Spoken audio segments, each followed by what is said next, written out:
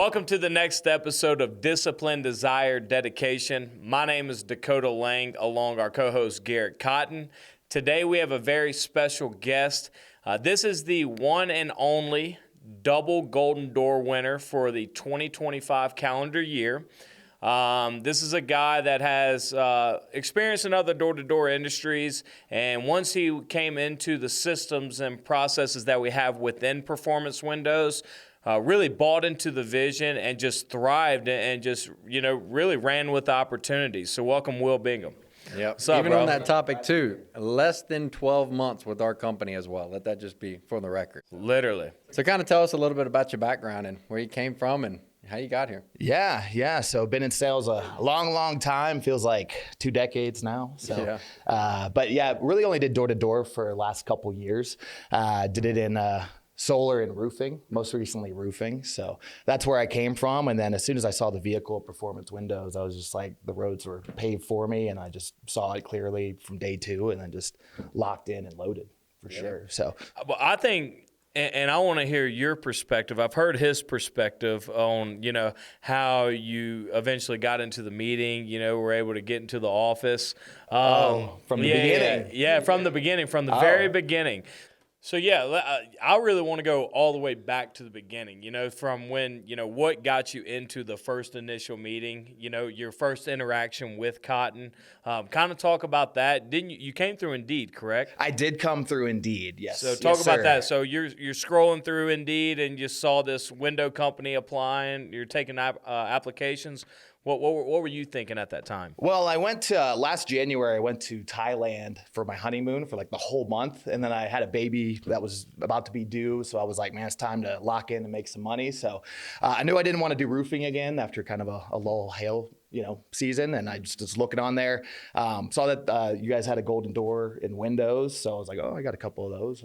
These guys know what they're doing at least. So and then I applied on it. It was just new at the time where we got the process and everything ironed out now, but it was like being switched. Then I show up to the interview and it was just like crickets, like nobody showed up on the other end. So but I researched the name, don't let that stop me, you know what I mean? So and then I researched his name, messaged him on Facebook. He didn't message me back for like 5 or 6 days. I was about to go to the South office, actually, the Denver South office, but he hit me back right before that interview, and then came in, and then day 1 didn't know the script, sent me home, and then day 2 I was really fired up. For somebody that was been in sales for a while, right? You're walking into this new office, right? Obviously,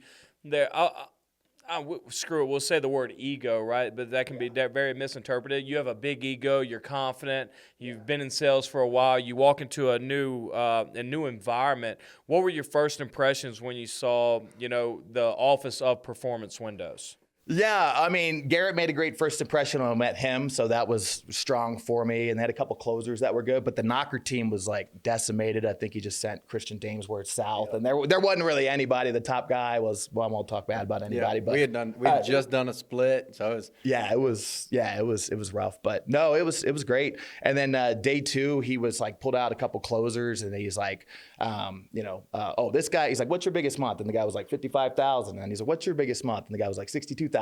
Then as soon as I heard that, I was like, man, I'm gonna make 100, and then and then I did. So right, but how long did it take to hit your 100K month?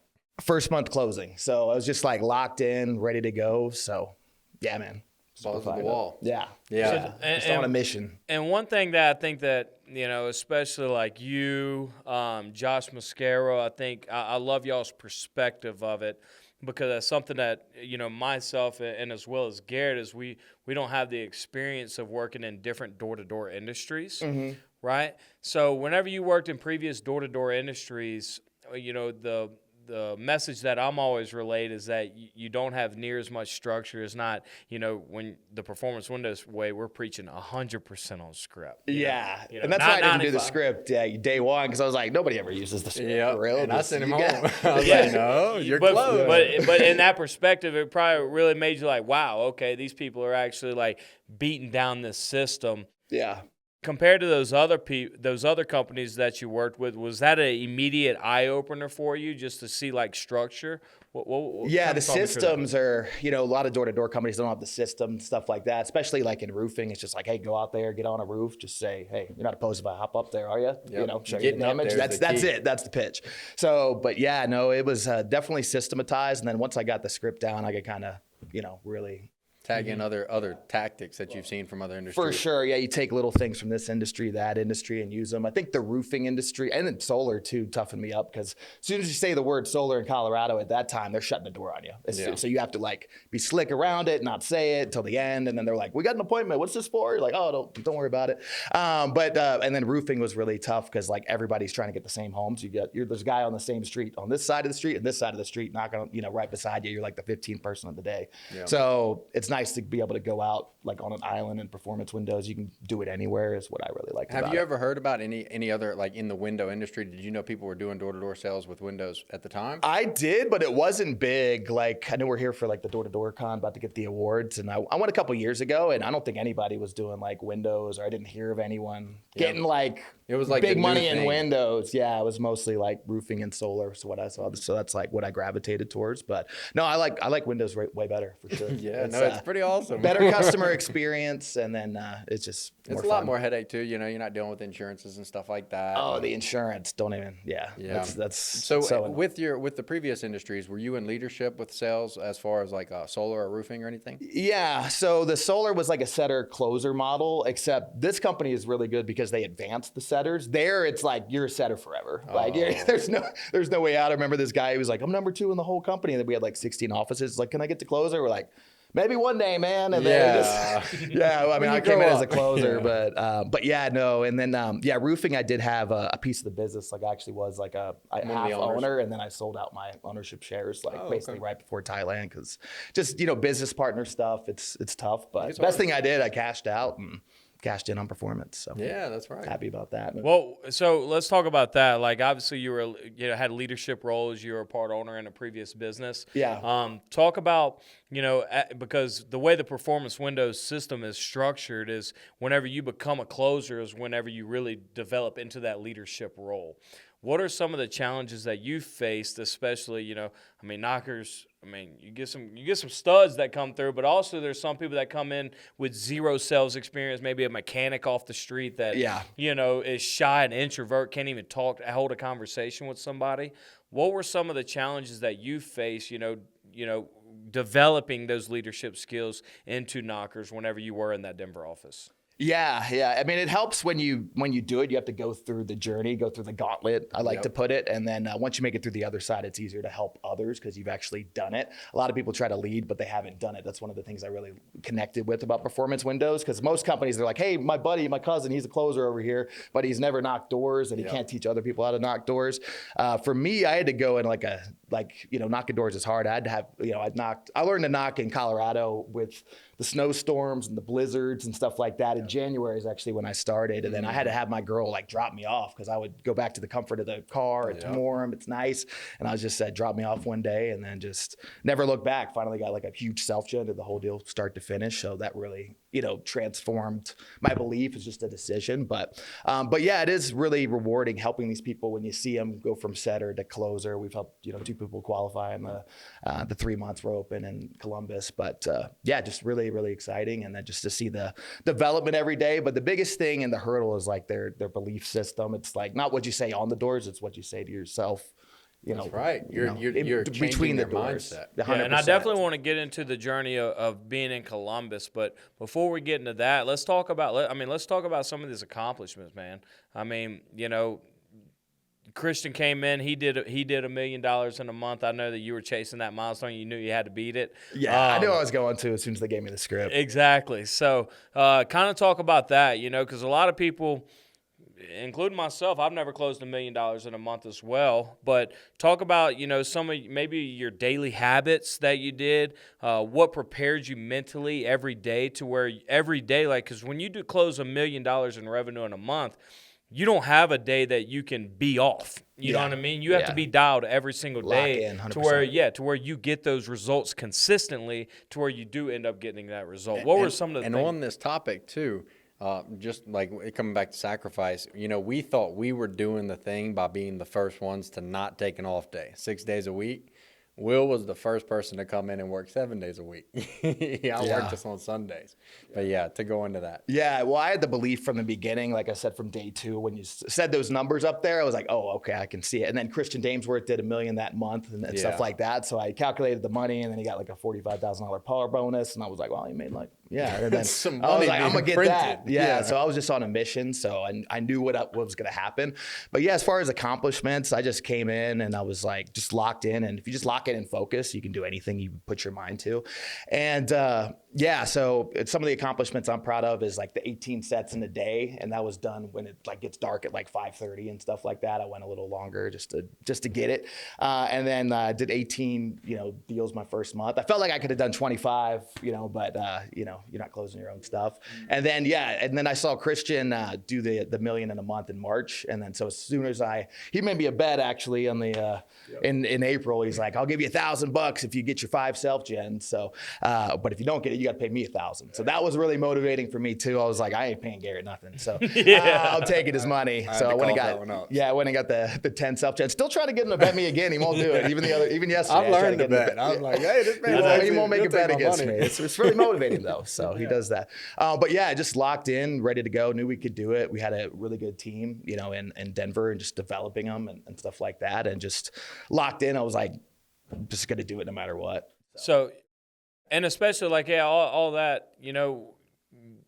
being dialed in every day, but there had to be days in there where, you didn't feel as good as you did the previous day, right? Oh, 100%. What are some of the things that you told yourself, or how did you overcome those mental barriers in your brain? Yeah, well, I don't react to the world around me. It's easier said than done. He who angers you controls you. So a lot of people get like they have attitude problems on the doors, but like it's all law of averages. That's one of the first things I ever learned in sales. It's like, hey, we're not looking to sell everybody. We're looking to sell just a finite amount of people. So I take it with the mindset of the perspective when I was knocking. I was like, hey, I'm looking for 1 or 2 people a day. I'm trying to set 5 or 6 appointments today at least, and then sell 1 or 2. That's a good point, because even on Dakota, I tell the story all the time in my offices, because you'll hear CROs where people get mad on the way that a homeowner comes out. They're like, dude, you can't read. And then you can hear the tonality in the knocker's voice where they'll match their anger. And I always tell the story about Dakota. Like Dakota, he went out on the doors one time, and this homeowner came out and he was like chirping at Dakota. And Dakota's like, all right, buddy. And kept on hitting him with that. And we get to the sidewalk, and you should probably remember the conversation, but I'm like, dude, yeah, you didn't win anything by buddying this grown ass man. Just talk to him like a human, kill him with kindness, and that's where you're going to stack your wins. Yeah. But mindset, hey, if you can control your mindset, and it's not about, it's about what I control, about how I perceive it. The world can't change my course of action. Like, I'm going somewhere, and it's about, understanding the vision of what I sell myself. 100%. And I get off those people really, really quick. So if somebody's like yelling at me, I'm just like, hey, have a blessed day. And I literally just turn and just walk full speed. And then it makes them even more mad. They're like, because they want to yell at you. And I kind of take that as a win, and I just go to the next door as soon as I possibly can, because I'm looking for the buyers. And then but I'm getting off the doors pretty quick, because 98% or whatever the percentage is, you have 50 conversations a day, 40 something of them don't want anything to do with you. So I'm looking for the buyers, and then maximize the time with them. And then just the more doors you knock, the more appointments you'll make, the more that's it. Once you master the swag of like going out there and just having like the desire of being good, then it just comes down to a numbers game. And because I'm the same way. I'm looking for the opportunity that I can get deeper into a script, But those people who, it kind of comes back to my saying of, you cannot help the helpless. For sure, absolutely. I think to capitalize on what we're talking about, especially I definitely did that, but. But to capitalize on it, I think whenever new people, like people that are coming in their first month, they don't really give those type of reactions to homeowners, that are coming on being assholes or anything. Yeah. They're just like so caught off guard, like, all right, well, have a good day, you know what I mean? But it's the people that whenever they're chasing that goal of qualifying, right? Yeah. They're starting to understand, like, okay, this is what I need to do, this is what I need to do. And then they go out there and, like you're saying, right, instead of looking at the whole the 50 conversations as a whole, rather than going out there and like thinking, okay, I'm gonna go overcome an objection whenever somebody's just being an asshole to you. Yeah, you know it's a waste of time. It's a waste of time, right? You're putting your energy into people that don't give a damn about you, rather than put your energy into people that actually want to talk to you. What would you tell somebody that is going through, because that's something that you have to train on, you know what I mean? Because somebody's natural instinct might to be reactive, right? Oh, that is the natural instinct, know what I mean? sure. You So have to rewire your brain. 100%. Right, you have to rewire your brain. How would you explain somebody to really, take a step back and really understand the concept of that?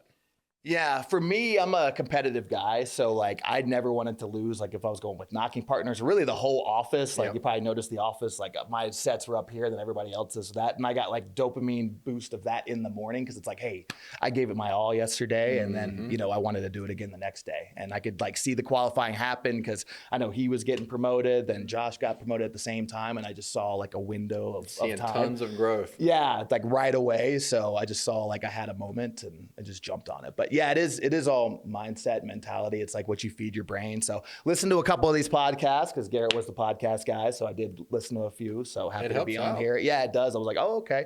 They've done it. They got to market owner. They got this, that, the other. Everybody tells their stories. And on that topic too, just along with that question, I think for the knockers that are listening and stuff as well, it comes back to you're only as valuable as you value yourself. 100%. On that topic of like, for my first recruit, Dylan, when he was a knocker, you probably remember too, homeowners would be like, you can't read, and he wouldn't even say anything. He'd just turn around and walk away. And like if I'm shouting on him on the door, I'm like, yeah, thank y'all so much. Have a great day. But I felt like I had to say that to these homeowners. Whereas Dylan, he don't give a fuck. He's going to that next door, and he's going to find the person who wants to talk to him, But it's coming back to focusing on your goal, tunnel vision. Kind of that stuff. Yeah, for sure. But yeah, really motivated. I came in, my first setter month was March, so I had like the March Madness tournament. Actually got the closer before it was done. I was the number 1 seed, but I was like already a closer to come in too. That was a lot. Yeah, it was fun to get prizes every week. I was like, oh man, I just get them all. Like, yeah, this is cool. I still got company. I got tons of stuff still I haven't even opened, but no, it's good, man. It's good. So let's talk. So let's continue on through your journey, right? So you become closer. May. Yeah. So April is when I got my self sets, and then May is when I got on rotation. We got in rotation. Yeah. So how long did you close for? Like how many months? Yeah, how many months? Not. I mean, really like 4 months. 5, So something. market owner. When did you open up? When did you? So I found out I was opening like September, and then it was October 15th when we opened Columbus, and then May was my first closer month. So it was like May, June, July. You knew the call was coming? No, I actually didn't, because Garrett, every meeting, he's like, you're not getting market owner, you're not following the system. Like Will was a different one. He was one that time. he came from so much, you had to humble him, whereas everybody else, they think so little of themselves, where I'm trying to build big vision for them. Whereas Will was coming in with big vision. I'm like, hey, slow the fuck down. Like, you're not doing it right. You're not going to promote somebody who does it wrong. Yeah. So Will was like he was one of an outlier, I guess you could say. Yeah. Coming through it. It was a different approach for him.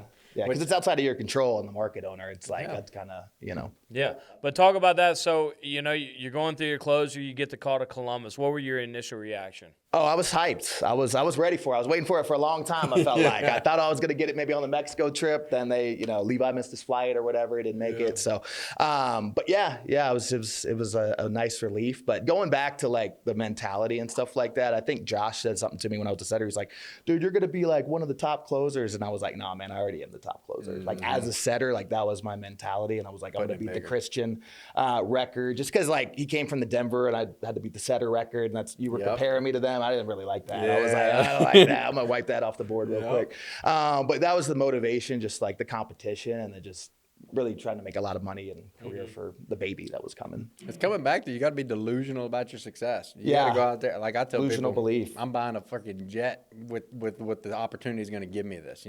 People look at me and they laugh, but I'm like, hey, I'm working my ass off till I'm there. 100%. Yeah, any belief that doesn't serve me, I just like get it out of my consciousness. Easier said than done, and then I only think things that do serve me. So just like it might not make sense to anybody else, but hey, it works for me. Are you a type of person that's real like you like to write goals down or anything like that? A little bit. I wouldn't say like I'm a daily journal guy. I've been through phases where I do, but like for me in the company, I was just like, hey, I'm going to get to closer. I'm going to break the closer record, and then I was going to get to market owner, and now I'm trying to build the market to the best I can make it. It's all small obtainable goals, and it's not something like he's not saying I'm going to have $2 million a year 2 years from now. No, it's like just promote. That's like I think that's what's so beautiful about performance windows. Yeah, is the whole basis of it is just we sell each position based on the vision of the next one. 100%. And you can always obtain that new role within 6 months, 12 months, depending as you get higher and higher into the company. All three of us within the 12 months of being in the company, we're a market owner. And then as it grows bigger and bigger, people are going to shorten that timeline. Yep, gotta want it. Gotta want it. So the opportunity's here. You just got to take it. For sure. Let's talk about and this is something that a lot of people struggle with, especially coming from a closer in a big market like Denver. You know, you come from being a closer, you got your market owner that you can really heavily lean on, the person that's really, I would say, dropping the hammer. Talk about that transition for whenever you went to Columbus. Well, now everybody's looking at Will. You know what I mean? Everybody's going for you with the answers. So talk about whenever you first get there, right? A lot of excitement, got a lot of energy, and then after it kind of dwells down and everybody just becomes normal again, right? Yeah. It's not, you don't have that big dopamine hit. Kind of talk about that whenever you're transitioning into that phase of your career. Yeah, well, it was exciting. We came out to Columbus October 15th. I think we did like 1.2 million the first 30 days. Everybody's hyped, and then it's winter time up north, so some people get cold. I came through the cold, so I love it. So I think that built a lot of my confidence in the past, because if you do things other people aren't willing to do, get results they don't have. So, but yeah, no, it's exciting. It has been a challenge, just with the people, managing the people. People come and they go, but the good ones stick, and you got to develop. He tells me all the time, develop the people that want to be developed, and 20% of the people are going to give you 80% of the results. So trying to find those 20% and develop those 20% is the challenge. But I've never even been to Columbus before, so it was just, we don't know the neighborhoods. We're the wrong side of town, but there are some people really nice spots. Robbed in their first week of being there. Literally. Yeah, we'll leave that off the record. But it is challenging. But this week we got a $90,000 sale, so we got the record. So super exciting, man. So there's tons of big homes out there and opportunity, and it's a big state. Right. Yeah. And whenever you went out there, like you said, y'all did right over $1 million in 30 days. Right. Yeah. Had a real big peak. Yeah. Right? Everything was going good, right? And then after y'all hit that peak, kind of had a little bit of a dip, what I mean? For sure, the holiday dip. Yeah. Holiday dip. Well, I would say more than just a holiday dip. I think it's more just excitement. You know what I mean? People falling into their roles. But I think that me personally, I feel like that's when a real leader is defined. You know what I mean? 100%. Because that's you can either make it or you can break it. You know what I mean? It's either going to shatter and go all the way down. And I love what Levi said. He said this like 2 or 3 years ago. He said, don't let the last thing you did be the coolest thing you ever do. Yeah. You know what I mean? And talk about even when you had those highs, right? You had those highs, and then you go into the lows. What is your message to people that are, maybe having those second thoughts of going, okay, is this really what I want to do? What are some coaching points that you make to people like that? Yeah, the biggest thing I can tell you is, not worry about selling the people and stuff like that, because that's what we practice every day. It's like, hey, this is the pitch, sell the people. But it's like, you really got to sell yourself on yourself. And it's like, who you believe you are will get you the results that you believe. So that's a really big point, right there. You can get out of any state. So this job's all about state control. It's like whatever state you're in most often is your default setting. So you have to just tweak your default setting. Like I like a lot of excitement, curiosity, certainty, like when I'm on the doors and stuff like that. Fun. I have a lot of fun out there. Like I'm laughing, I'm joking about the appointment, smiling, the whole time, which just makes it more enjoyable. But you can just smile, change your state with the body language and all that stuff. But really, you got to sell yourself on doing it, because most of those people that are having it, they're not sold on the opportunity. I saw it right away because I've had enough, I've been in this industry, that industry, and I just saw the vehicle. I mean, like the roads are literally paid for us here. You can see the results, especially if you watch some of the podcast episodes. I was like, oh, okay. Yeah, that guy did it. This guy did it. Tons of people have done it, especially, I literally watch people do it in the office. But you just got to make a decision, shift your state, and I think, and you said it earlier, you had 2 people just recently qualify in Columbus. Yeah. And I think this is something that is tremendous for all of the market owners out there, and even, regular entrepreneurs that might be running a different style of business, right? But when you have other people in your organization that are seeing people get promoted, right? You related back to when you first started, you saw Cotton getting his promotion as well as Josh, real quick. right? How big is that for an office culture, seeing, people in your office currently getting promoted to closer for all these new people coming in? Yeah, it's huge. I mean, that was like we all got promoted at the same time, and then it's super exciting just to see the growth. I'm excited to go to the conference. I haven't even been to the conference yet, so I'm excited to see what that's like this weekend. I'm sure it'll do wonders for the belief of some of the new guys we got going on. But yeah, when they see people getting the results, like we got a giant gong in the office. Every time they hit the gong, it's like, oh, okay, they're seeing the results, they're seeing the sales, they're seeing the big check Fridays. Just all this builds belief. Yeah, 100%. Yeah, it's selling on vision. Coming into the market on a roll, it's definitely it's going to have roller coasters, ups and downs. You're going to have new people come in. We'll learn the hard way on some situations. About who to invest in and who not to invest in, things of that nature. Yeah. But long story short, it's just coming back to how much you value yourself and believing in that big picture for yourself. Yeah. If you believe you can be a closer, believe you can be a market owner, you will be. Yeah.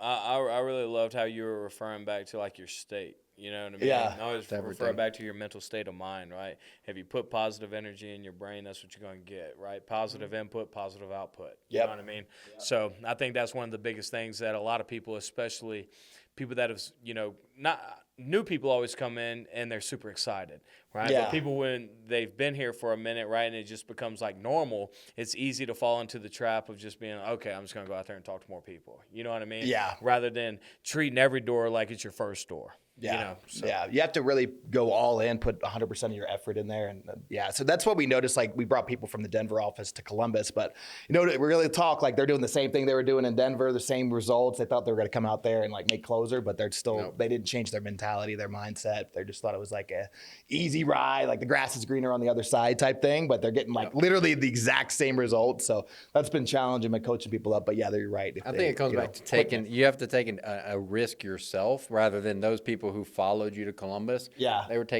were riding your risk. You're the person who they were banking on you to do the job for them when you got out there. Yeah. So, but I mean, it comes back to you guys as listeners. Just understand that take the risk in yourself. If an opportunity's in front of you, jump on it. Just be the hungriest person in the room. Yep. And this hungry dog eats. That's what you always like to say. Every chat, hungry dog eats. That's right. It's truth. It is. Whoever's hungry, in this room, you're going to eat. So 100%. Yeah, and also if you're scrolling through Indeed right now, you see an application for Performance Windows, just make sure you apply. Or you can also reach Will Bingham on his Instagram. What's your Instagram, Will? I think it's Bingham6923. You can find me you'll find me. Yeah, you find him. Easy to find him. Well, look him up on Instagram. He's a market owner over Columbus, Ohio. They are doing big things in a massive growth rate right now. Got a bunch of new people coming in, new closers getting qualified, some of the top dudes in the industry. And like I said, I mean, he is the only double golden door winner. Double golden door winner. There he is. Yeah. Double golden door winner for 2025. So in the entire industry of door to door, not just windows. Yes, in the entire industry. So it's a super great accomplishment. It's a pleasure to sit here and be on the podcast with you, man. You're a book of knowledge, and you're inspiring to a lot of people, bro. A lot of people look up through you. And before we wrap this up, one last thing is, even in the position that you're in, because a lot of people, like you were saying, like this is your first company conference that we're going to literally tomorrow and Thursday. Yeah. A lot of people never met you. Never got to meet you, but guess what? They've seen you from a distance. How has that been, from people that possibly have reached out to you just from your accolades of being a double golden door winner and stuff like that? Yeah, a lot of people reach out. I hadn't got back to them because I'm just like locked in, man, but I'll talk to everybody at the conference for sure. But I was just so focused. I was like, man, I'm getting the closer. I'm getting the market owner. I'm getting this. So maybe that's a message to you guys. Yeah, just lock in, and then you look up, and then you're going to have a lot of people reaching out to you. Yeah, put blinders on. Go straight forward. Don't look to the left. Don't look to the right. Just that's the key. Lock in and get it done. You got any last maybe one-liner or something? I know he's the king of one-liners. The king of one-liners. You got any last words of advice for maybe some listeners that, maybe a powerful message that you would want to leave them with? Yeah, the biggest thing is just to sell yourself on the opportunity. I mean, if you just wake up, look and see, you'll discover like why performance is doing big things, and you can just ride the wave, like the wave's coming. So just lock in, get on board. We got a tsunami coming through. I know a lot of people don't even see it. It's kind of surprising me. Like it baffles my mind that people don't see it. I'm like, you don't see this? Like they just don't. But that's the biggest thing. So you got to see that, and then everything else will fall into place for you. It's not fake. Yeah. So yeah, the money's real. Money's real. But hey, look, we appreciate all of you watching. Make sure if you're on YouTube to subscribe to our channel. Also, Apple Podcasts, Spotify. Make sure you follow the channels as well. If you are on Instagram or Facebook, make sure you like and follow our pages. Also, we love a good share or a comment as well. And we appreciate all of you watching. We love all of you, and we'll catch you next time. Peace out.